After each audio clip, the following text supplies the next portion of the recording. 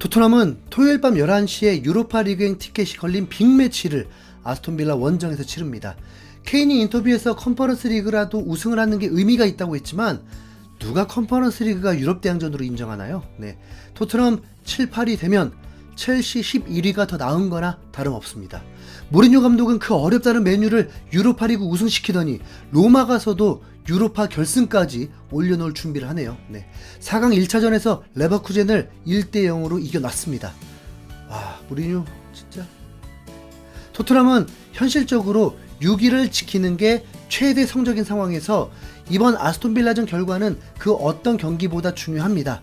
일단 순위를 잠깐 살펴보면 토트넘이 35경기 57점으로 6위, 브라이튼이 33경기 55점으로 7위, 아스톤빌라가 35경기 54점으로 8위. 이 세 팀이 한 경기마다 순위가 바뀔 수 있는 상황입니다. 특히 아스톤빌라의 일정을 보면 토트넘에 이어서 리버풀과 브라이튼을 만나서 시즌 막판 최대 변수로 떠올랐습니다. 토트넘이 유로파 리그를 가려면 무조건 이겨야만 하는 경기가 된 거죠. 그리고 그건 빌라도 마찬가지입니다. 제라드가 감독일 때는 17위로 강등권에서 허덕이던 팀이었지만 에메리 감독이 부임한 이후에 파죽지세의 경기력을 선보이면서 어느새 유럽 대항전을 노리고 있는데요. 에메리는 챔피언스리그는 몰라도 유로파리그에서는 최고의 감독입니다. 유로파리그 결승에 5번 진출해서 4번을 우승한 최다 우승 감독이고 2013년부터 2016년까지 3년 연속 유로파리그 우승을 하기도 했죠. 다시 말해서 아스톤빌라 입장에서 만약 유로파리그 진출을 할 수만 있다면 구단 역사상 첫 유로파 우승까지 한번 노려볼 만하다는 뜻입니다. 빌라의 동기부여도 토트넘에 비해서 절대 떨어지지 않겠죠. 토트넘의 최근 5경기 성적은 1승 1무 3패로 매우 부진하지만 직전 경기인 크리스탈 팰리스전을 케인이 신기록까지 세우면서 승리해서 나름대로 분위기는 좋습니다. 메이슨 감독 대행의 대행 이후에 경기력도 점차 나아지고 있고요. 팰리스전에서는 새로운 전술로 손흥민을 윙백처럼 쓰긴 했지만 4백과 3백을 오가는 복잡한 전술도 쓸 수 있음을 보여줬죠. 반대로 아스톤빌라는 최근 5경기 2승 1무 2패로 훨씬 좋아 보이지만 직전 2경기에서 연패를 하면서 하락세인 분위기입니다. 4위 메뉴에게 진 건 뭐 그럴만하다지만 중하위권인 울버햄튼에게도 지면서 제대로 발목이 잡혀버렸습니다. 울버햄튼 땡큐! 양팀의 부상 상황도 살펴보자면 토트넘은 4명, 아스톤빌라 2명으로 부상자는 토트넘이 더 많습니다.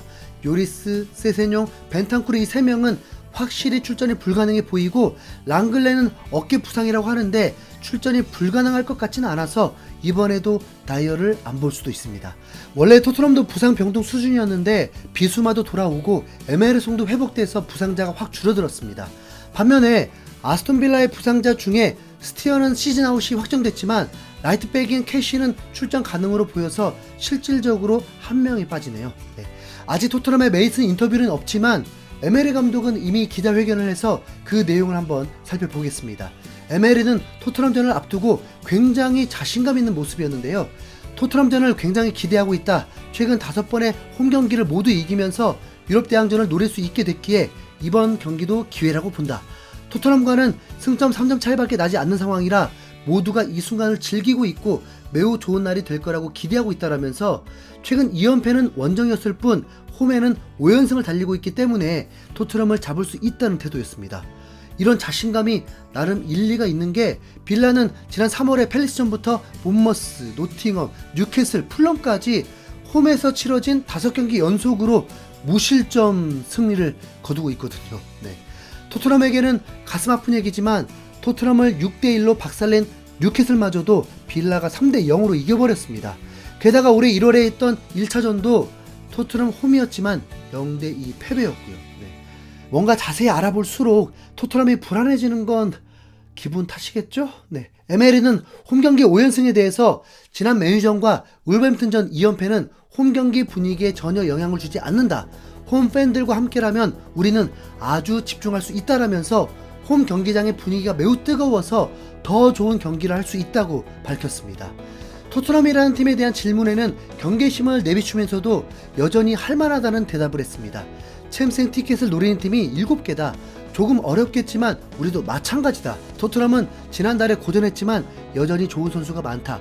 팰리스전에서 그들은 밸런스가 좋은 전술을 보여줬고 속공 상황에서 강력한 선수들이 있다. 수비적으로도 탄탄해졌다. 하지만 나는 우리 선수들과 우리의 전술을 믿는다. 빅매치인 만큼 그에 걸맞는 정신력으로 그들을 잡기 위해 노력할 것이다 라면서 토트넘을 칭찬한다면서도 동시에 돌려까는 느낌도 있었습니다. 속공에 강한 선수가 있다는 건 누가 봐도 손흥민을 말하는 것 같은데 다들 아시다시피 지난 팰리스전에서 손흥민의 슈팅은 단 한 개였습니다. 속공에 강력한 선수들이 있는데 다음에 수비가 강해졌다고 말하는 게 왠지 손흥민 공격이 아니라 수비에 집중했던 모습이 떠오르는데요. 이런 식으로 칭찬하듯이 말하면서 또다시 손흥민에게 수비를 시키려는 고도의 심리전으로 보입니다.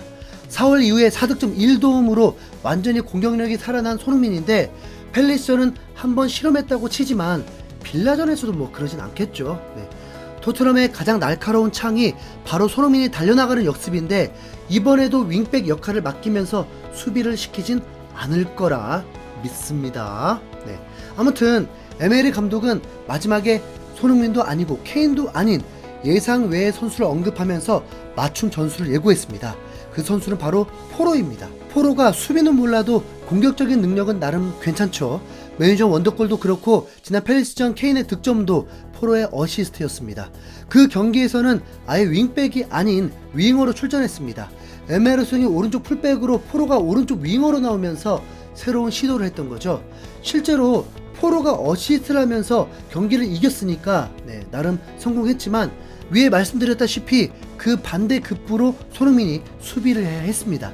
에메리 감독의 답변이 다 이어지죠.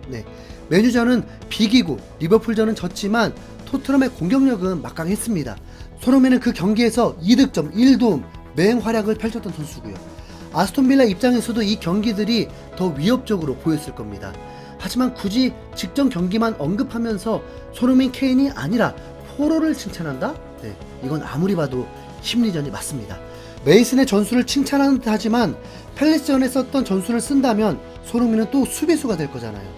확실히 에메리가 감독을 오래 해서 심리전에 엄청 능한 것 같습니다. 자, 한편 아스톤빌라는 다음 시즌에 무려 2,500억을 이적 자금으로 쓰면서 선수단을 대폭 강화한다는데요. 이미 이 강의는 링크가 강하게 났었고 최근 토트넘의 한 선수와도 접촉이 있었다고 합니다. 지금은 임대를 가 있는 로셀소를 원한다는 소식입니다. 아르헨티나 기자인 가스톤 에둘은 아스톤빌라가 로셀소 측과 대화를 하고 있다. 에메리 감독은 로셀소를 원하고 토트넘에 영입 제안을 할 수도 있다라면서 로셀소 이적설을 보도했습니다. 로셀소는 완전 콘테 눈밖에 나면서 2시즌 연속 비아레알로 임대를 갔는데 당시 비아레알 감독이 에메리였죠. 아예 헛소리는 아닌 걸로 보이는데 아스톤빌라가 승점 3점도 주고 애물단지가 된 로셀소도 영입해주는 아낌없이 주는 나무가 돼주길 바라봅니다. 메이슨 감독 인터뷰 때 다시 돌아올게요. 이상 흰수염고래였습니다. 감사합니다.